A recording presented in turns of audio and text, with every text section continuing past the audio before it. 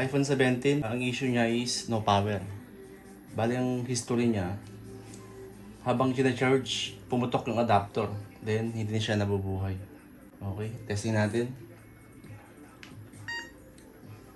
Pwede tutok mo dito. I-zoom mo.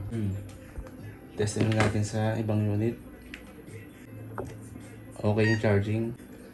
Dito yung normal charging, 1 point something. Ngayon, pagdating sa kanya,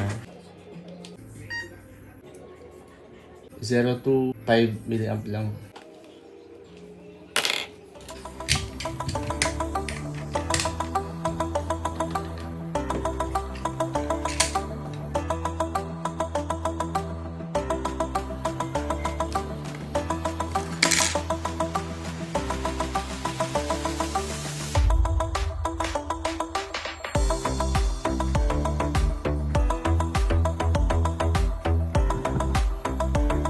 Schematic ng iPhone 17.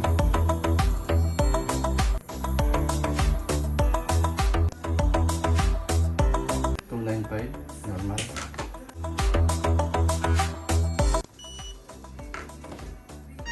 Voltage 0.052 volts. Ang normal 3.7 to 4.2 volts. Sa V-Bus meron siyang 5 volts. Ayan. 5 volts, ibig sabihin okay yung charging flex. Pero pagdating sa VBAT, wala siyang voltahe. So, ang possible issue, charging IC or USB IC. Ngayon naman mga boss na i-double check natin ang boot sequence. Dito natin malalaman kung yung status ng motherboard. Okay. Kung mapapansin nyo ito, meron siyang kain, 0.09 and 118 mA. Hindi yan normal. Yan yung reason kung bakit siya hindi nag-on at hindi nag-charge. 444 0.020. Masyado siya mababa. Ibig sabihin yan, meron siyang leakage. Ganyan pa. So, i-compare natin dito sa isa. Ito yung good na donor board. Ang normal resistance niya is 2.015. So dito sa schematic, parang malekta siya sa U0231. Ito yung USB Type-C controller IC. 90% hindi yung problema. So ito yung IC na kailangan natin palitan.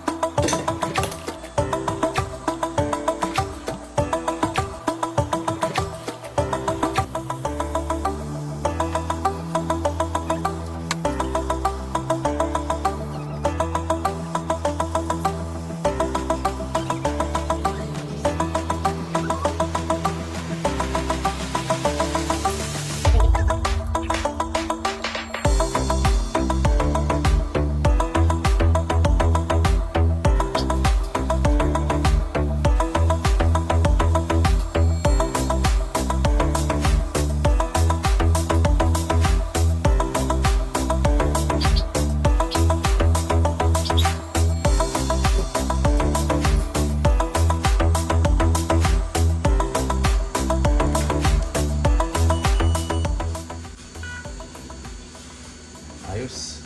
400. Sabihin normal na siya.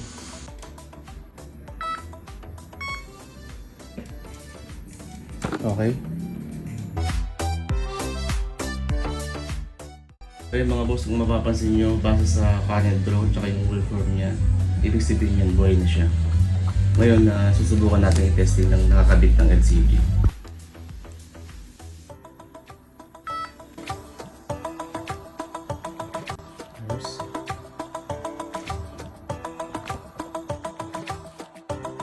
Save siya. Ayun, sa full mga boss. Success ang operation. And okay na rin yung charging niya. Location ko pala mga boss is Santolad, Pasig. Salamat sa panonood.